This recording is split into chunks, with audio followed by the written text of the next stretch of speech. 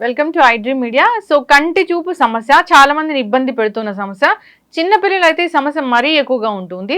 అయితే కంటి చూపు సమస్య మెరుగుపడడానికి ఎటువంటి హోమ్ రెమెడీస్ ఉన్నాయి, ఎటువంటి టిప్స్ ఉన్నాయి, ఎటువంటి ఎక్సర్సైజెస్ ఉన్నాయి, వెజిటబుల్ థెరపీ దీని గురించి ఏం చెప్తుంది, వివరాలు తెలుసుకుందాం. మనతో పాటు ఉన్నారు ప్రముఖ vegetable therapist and sun spiritual society founder Vikramaditya Guruji గారు.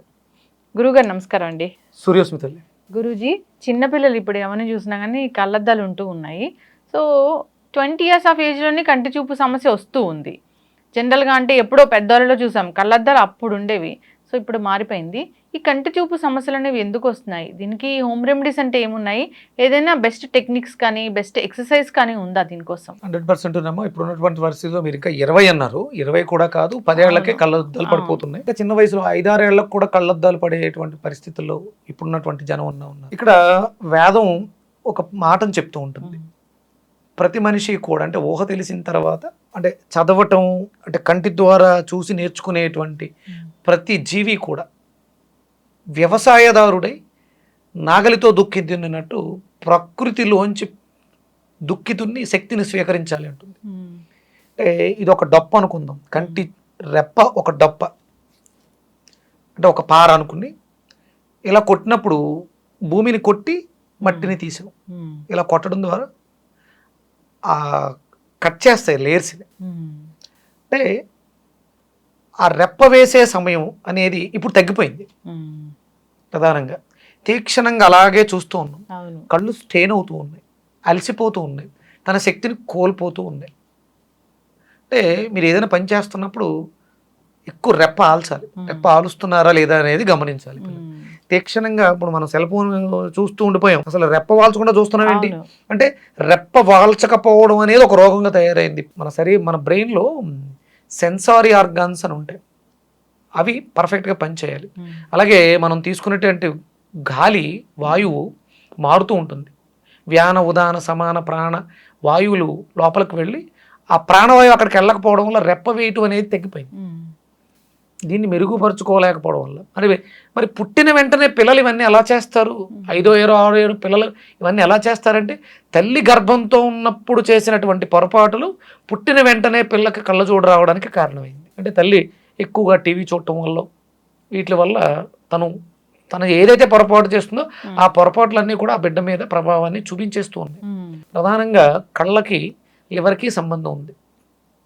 అంటే ఆ పిల్లలకి చూపు తగ్గింది అంటే లివర్ పనితనం తక్కువగా ఉంది అని అంటే ఆ తల్లి గర్భంతో ఉన్నప్పుడు హై ప్రోటీన్స్ మాంసకృతులు అధికంగా ఉన్నటువంటి పదార్థాలని, జీర్ణం కాని పదార్థాలని, ఎసిడిక్ నేచర్ ఎక్కువగా ఉన్నటువంటి పదార్థాలని, అలాగే సమయానికి విరుద్ధంగా పదార్థాలని తీసుకోవడం చేయడం వల్ల ఇప్పుడు ఈ బిడ్డ లివర్ సమస్యలతో బాక్సుల్లో పెట్టాల్సి వస్తుంది, లేకపోతే కళ్ళద్దాలు పెట్టాల్సి వస్తుంది. దీనికి ప్రధానమైనటువంటి ఎక్సర్సైజ్ ఏంటంటే సూర్యోదయం సమయంలో, సూర్యోదయం అయిన తర్వాత, సూర్యోదయం ఇప్పుడు 6:15కి సూర్యోదయం అనుకుంటే ఒక్క 10 నిమిషాలు వదిలేసి 6:25 అంటే 6:30 నుంచి ఒక 20 నిమిషాల పాటు ఉదయిస్తున్నటువంటి సూర్యుడిని చూస్తూ ఐ ఎక్సర్సైజెస్ చేయాలి. ప్రధానంగా కళ్ళని ఆర్పి తెరుస్తూ, ఇది శ్వాసకి లయబద్ధంగా ఉండాలి. ఇన్హేల్ చేశాను, అప్పుడు ఐ డ్రాప్ అవ్వాలి, ఎక్సేల్,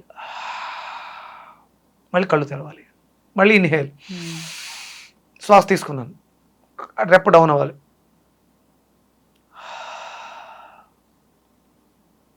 ఇలా inhale, I drop, hold, exhale, I open. ఇది సూర్యుడి కిరణాలలోంచి శక్తిని స్వీకరించడానికి అవకాశం ఏర్పడుతుంది. ఇన్హేల్ చేసినప్పుడు శక్తి లోపలికి వెళ్తుంది, కన్ను రెప్ప అలా తీక్షణంగా చూసాం కదా, హోల్డ్ చేశాను, శక్తి లోపలికి వచ్చింది, అలా స్ప్రెడ్ అయింది, మళ్ళీ ఎక్సేల్ చేశాను, మళ్ళీ ఆ శక్తి అలా వ్యాప్తం చెందింది. ఇవి రెగ్యులర్గా చేస్తూ ఉండాలి. అంటే ప్రతి మనిషి కూడా సూర్యోదయ సమయంలో వ్యవసాయం చెయ్యాలి, ఆ సూర్య కిరణాలని పుణికిపుచ్చుకోవాలి. అలాగే దాంతోపాటు మనకి లెఫ్ట్ అండ్ రైట్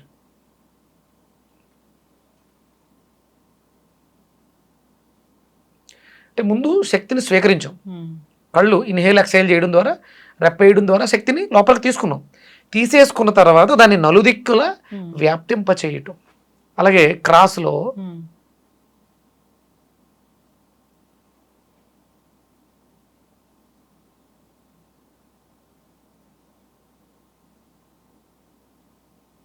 ఇలా. అలాగే anti clock wise,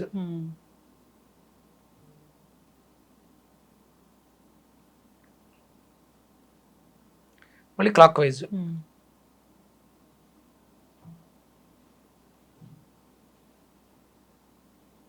up and down.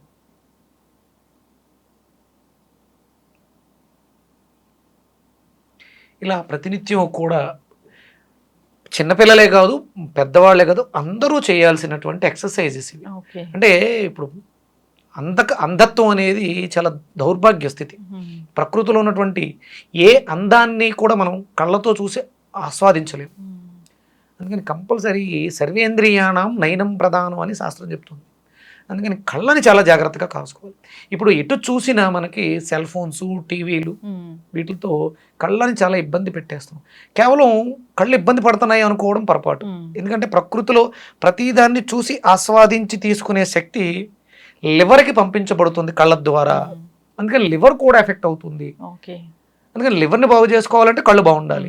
కేవలం ఒక్క కళ్ళే కాదు, లివర్ కూడా ఎఫెక్ట్ అవుతుంది. ఈ లివర్ ఎఫెక్ట్ అయితే దీని ప్రభావం కిడ్నీ మీద ఉంటుంది, ఆ ప్రభావం మళ్ళీ ఊపిరితిత్తుల మీదకి, హార్ట్, అయితే చాలా సిస్టమ్స్ని పాడు చేసేస్తుంది. అందుకని కళ్ళకి విశ్రాంతి అవసరం కాబట్టి మనం నైట్ చాలా త్వరగా విశ్రమించాలి, రెస్ట్ ఇవ్వాలి.